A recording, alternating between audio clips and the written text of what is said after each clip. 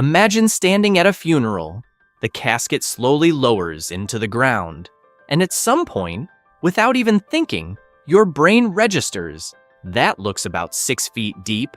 But nobody ever stops to ask, why 6 feet?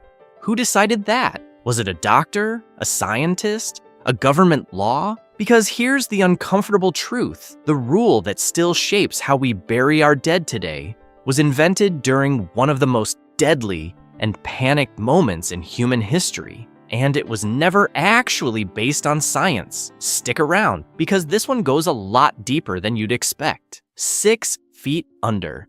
It's one of those phrases so deeply embedded in our language that we never question it. It shows up in movies, in songs, in casual conversation. When someone says a project is dead, they say it's 6 feet under. When a villain finally gets what's coming to them, 6 feet under, it's become shorthand for finality, for the end of everything. But here's what's strange. If you asked most people where this rule came from, they'd probably guess it was some kind of official medical or legal standard, something established by doctors or governments after careful research. The reality is almost the opposite. The 6-foot rule wasn't born in a laboratory or a government office. It was born in chaos, in fear, in a city that was watching thousands of its citizens die every single week and desperately scrambling for any solution that might slow the carnage. And the decision that was made in that moment of panic crossed oceans and became a tradition that most of the world simply accepted without ever asking why. To understand where 6 feet came from, you have to go back to London in the summer of 1665. The city was in the grip of the Great Plague, one of the deadliest outbreaks of bubonic plague in English history. At its peak, over 7,000 people were dying every single week in a city of roughly 500,000. The streets smelled of death, carts rolled through neighborhoods collecting bodies.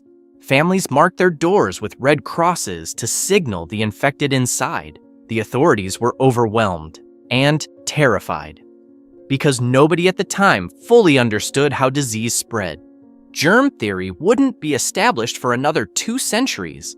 What people believed, with complete conviction, was that disease traveled through bad air, through the smell of rotting flesh, through invisible poisonous vapors rising from the ground. So their solution was logical, at least by the understanding of the time. If the stench of decomposition was rising from graves and infecting the living, then bury the bodies deeper, deep enough that the smell couldn't escape, deep enough that animals couldn't dig them up and drag the contagion back to the surface. 6 feet became the number, not because anyone measured it scientifically, not because doctors ran trials, but because it sounded deep enough, official enough, and in a city gripped by panic, that was sufficient. The rule spread, first across England, then across the Atlantic to the American colonies. And with each passing generation, it stopped being an emergency measure and started being simply the way things were done. But here's what almost nobody talks about. Even at the height of this tradition, 6 feet was rarely actually achieved. Digging a 6-foot grave by hand is brutal work. Gravediggers worked with shovels and pickaxes through soil that could be rocky, waterlogged, or frozen solid. In many cases, 4 feet was as deep as practically possible. In others, even less. Nobody came along with a measuring tape. Nobody was checking. The 6-foot rule was an ideal, not a reality, and yet the myth of it persisted, growing more official sounding with every decade that passed. So what actually happens to a body underground? And does depth really matter? The answer is yes, but probably not in the way you'd think.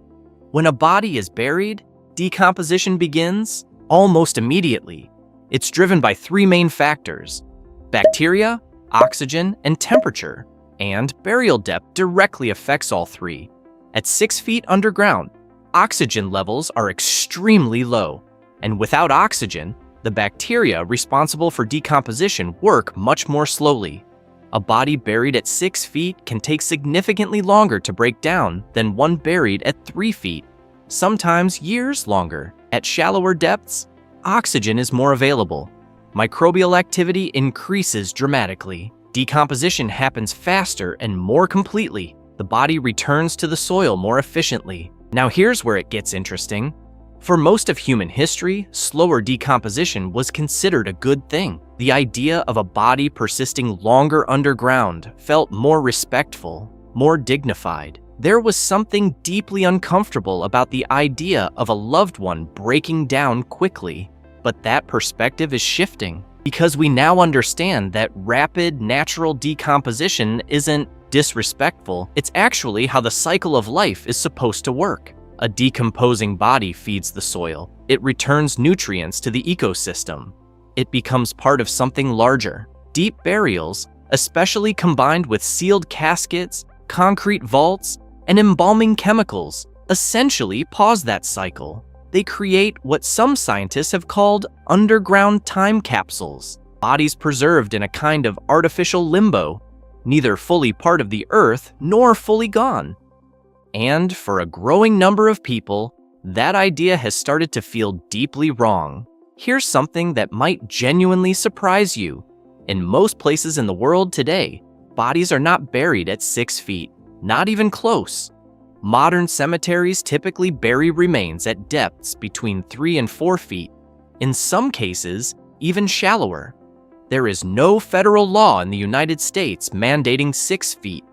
No international standard, no universal regulation.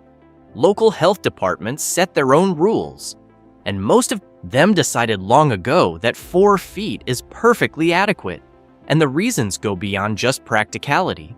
Land is running out. Urban cemeteries are some of the most land-scarce real estate on the planet. Shallower burials allow more efficient use of limited space. In some cemeteries, double-depth graves are used, 2 caskets stacked vertically in the same plot, separated by a concrete slab. That system only works because graves aren't being dug to 6 feet anymore. Drop your thoughts in the comments, because this is one of those topics where people's answers genuinely surprise each other.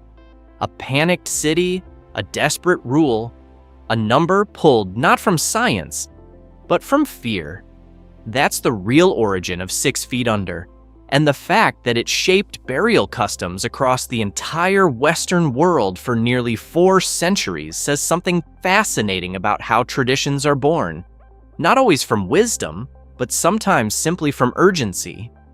Today, the phrase lives on as a metaphor, but the practice itself is quietly fading, replaced by something more practical, more personal, and more connected to the natural world.